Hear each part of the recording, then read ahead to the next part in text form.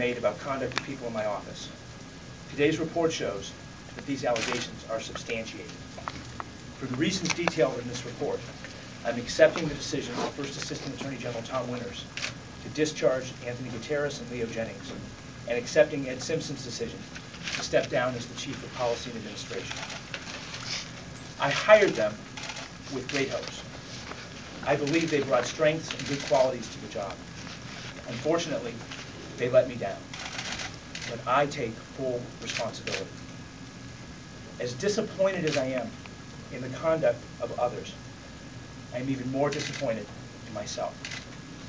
I did not create an atmosphere in my public and personal life that is consistent with the important mission of the Office of Attorney General and more worthy of the great work that we have been accomplishing for the people of the state of Ohio.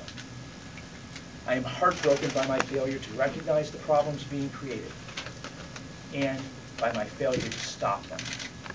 I should have been much more aggressive to make sure that those who violated my trust were disciplined. I should have put in place a management structure that would have addressed these types of problems long before they became front-page news, or more importantly, personal tragedies. I have not conducted myself in a way that is consistent with my values as a husband, a father, and my responsibilities as Attorney General of Ohio. At a difficult time in my marriage, I got involved in a romantic relationship with a member of my staff. That conduct was intrinsically wrong. My conduct has caused my family and my employees great, immense hurt and embarrassment. To Alyssa and my children, to the employees of the Office of Attorney General, I apologize from the bottom of my heart for my human failings. My errors in judgment have sadly allowed the creation of a sideshow that has played out in the news. This sideshow has distracted attention from the good work being done by the Attorney General's office, taking on the biggest insurance companies for fixing prices on business insurance, putting the full force of Ohio's law enforcement and consumer protection machinery against those who defrauded Ohioans out of their houses, and extracting millions from the pharmaceutical companies who have ripped off the state and individual Ohioans, and every single day, including right now in this building, doing a great job of professionally representing state government. Here's what I must do now.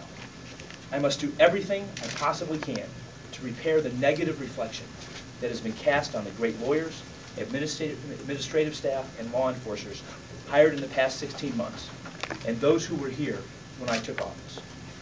I will work tirelessly to re-earn the public's trust, to continue these good works for the people of Ohio, and to regain their trust.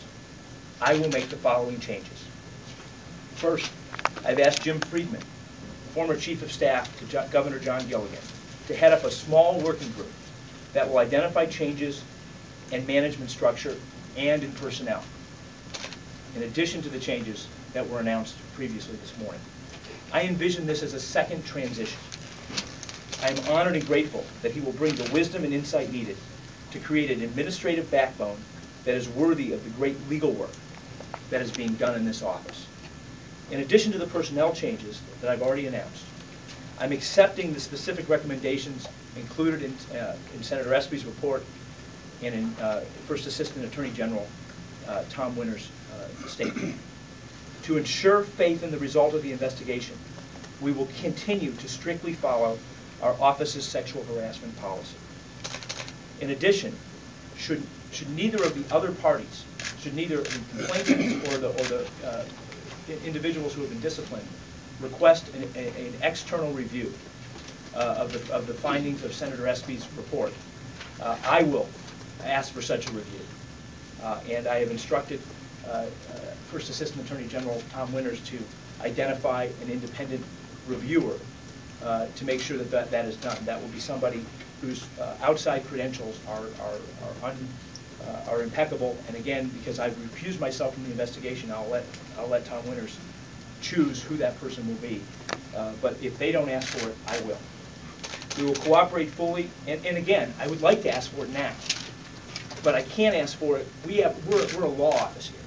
We have to follow our policies to the letter, and we have to afford each of the people involved the opportunity to get their full measure of due process in the office, so as not to create additional legal exposure for the state or for anybody else. And so for that reason, it's important that I wait, as anxious as I am, to have this process externally reviewed.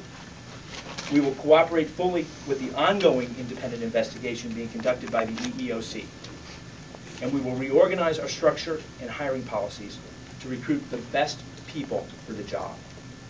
New policies will be developed and implemented in the coming months to address fraternization among employees, appropriate use of email, respectful communication between employees, particularly between supervisors and subordinates. The State Department of Administrative Services will continue to conduct an audit of our General Services Division. This review will cover all of our policies and procedures. And in addition to the recommendations made today by First Assistant Attorney General Tom Winters, which I will be implementing, BCI Superintendent Bob Fiatol will review our policy and practice regarding the issuance of undercover license plates.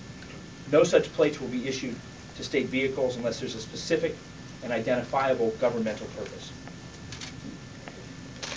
John Wayne once said, "Life is getting up one more time than you've been knocked down." Today, I'm getting up